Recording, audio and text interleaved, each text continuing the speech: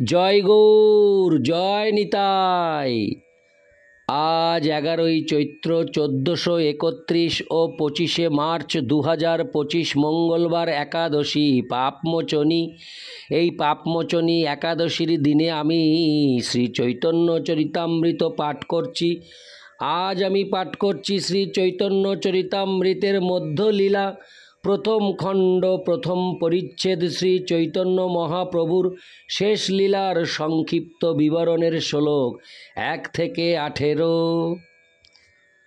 আদিলীলা সমাপ্ত করে আমরা এখন প্রবেশ করব মধ্যলীলা।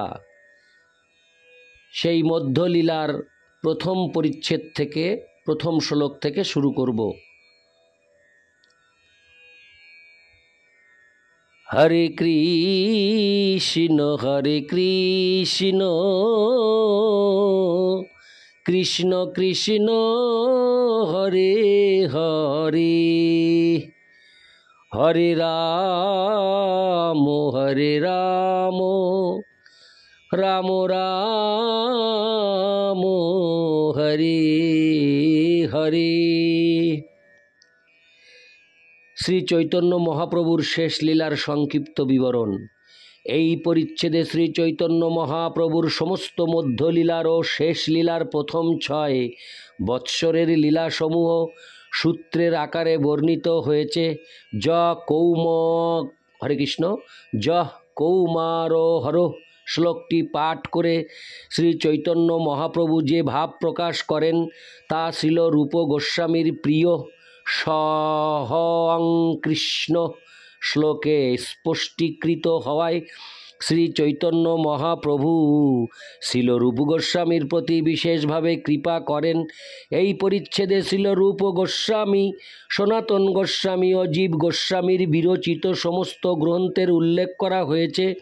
শ্রী চৈতন্য মহাপ্রভু রামকেলি গ্রামে শ্রীল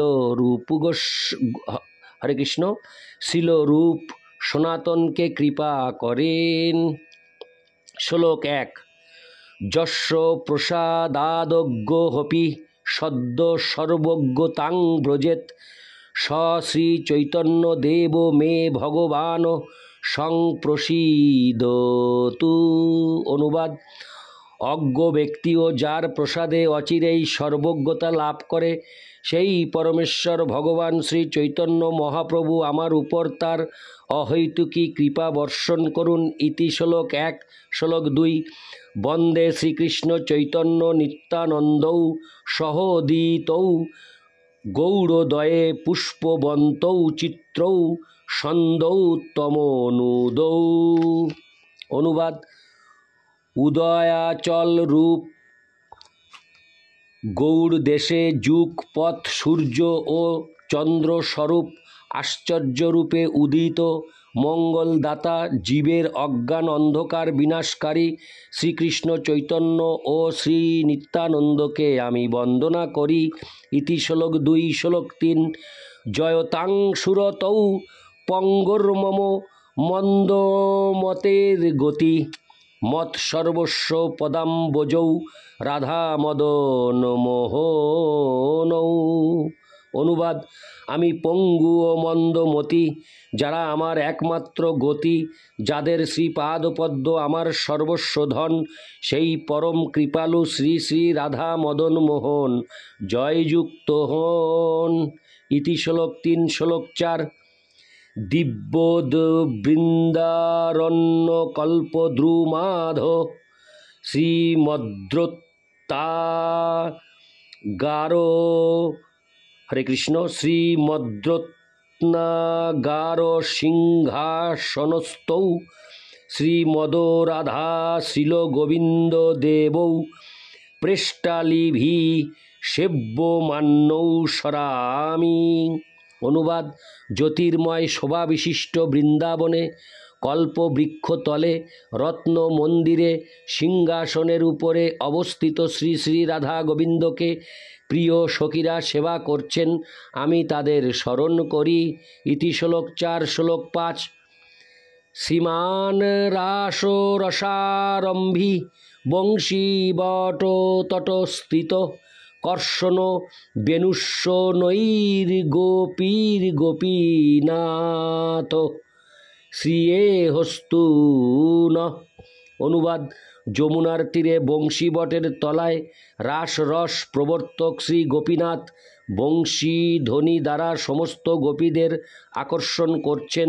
তিনি আমাদের মঙ্গল বিধান করুন। ইতি শ্লোক 5। শ্লোক 6। জয় জয় গৌরচন্দ্র জয় কৃপা সিন্ধু, জয় জয় শচীসুত জয় দীনবন্ধু। শ্লোকার্থ: কৃপার সমুদ্র শ্রী গৌরচন্দ্রের জয় হোক, দীনবন্ধু শ্রী শচীনন্দনের জয় হোক। ইতি শ্লোক 6। শ্লোক 7। জয় জয় নিত্যানন্দ জয়াদ্বৈত চন্দ্র, জয় শিবাসাদি জয় গৌরভক্ত বৃন্দ। শ্লোকার্থ: শ্রী নিত্যানন্দ প্রভু ও শ্রী অদ্বৈত প্রভুর জয় হোক এবং শিবাস ঠাকুর প্রমুখ গৌরভক্তবৃন্দের জয় হোক। ইতি শ্লোক 7। শ্লোক 8।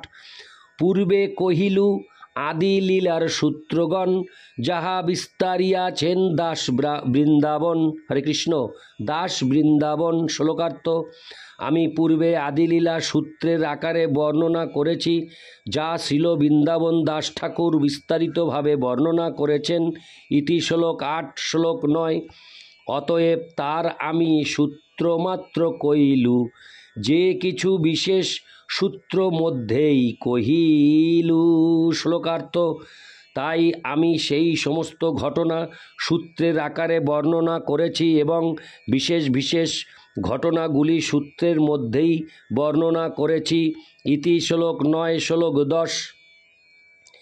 এবে কহি শেষ লীলার মুখ্য সূত্রগণ, প্রভুর অশেষ লীলা না যায় বর্ণন। শ্লোকার্থ: শ্রী চৈতন্য মহাপ্রভুর অন্তহীন লীলা বর্ণনা করা সম্ভব নয়, তবে এখন আমি শেষ লীলার মুখ্য ঘটনাগুলি সূত্রের আকারে বর্ণনা করছি।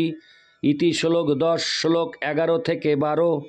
তার মধ্যে যেই ভাগ দাস বৃন্দাবন চৈতন্য মঙ্গলে বিস্তারী করিলা বর্ণন 11, সেই ভাগের ইহা সূত্রমাত্র লিখিব, তাহা যে বিশেষ কিছু ইহা বিস্তারিব 12।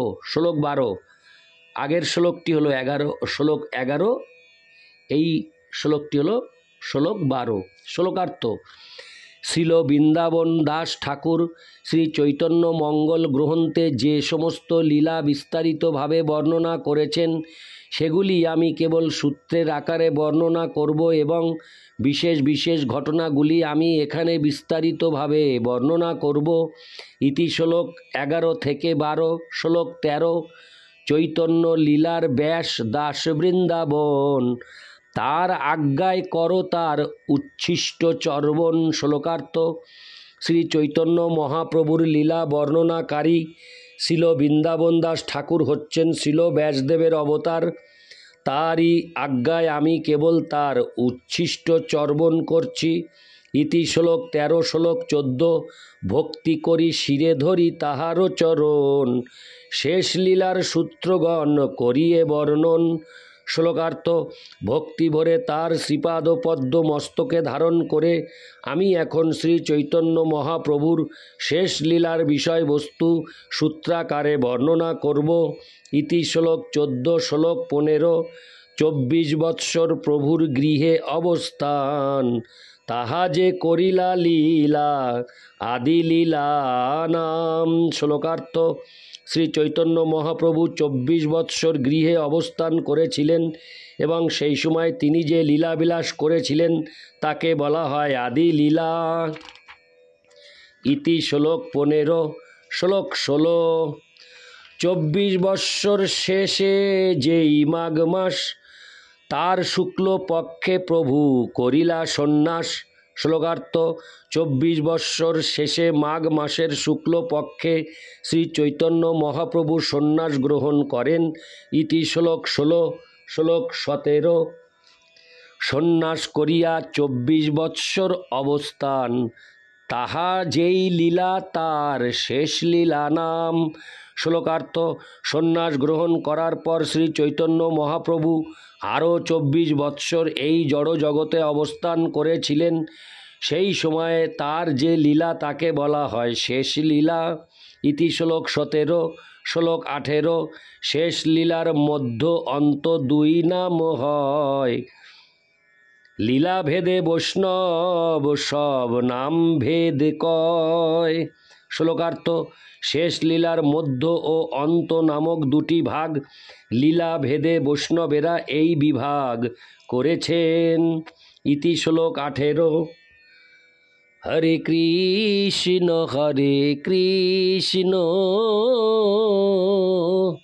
কৃষ্ণ কৃষ্ণ হরে হরে, হরে রাম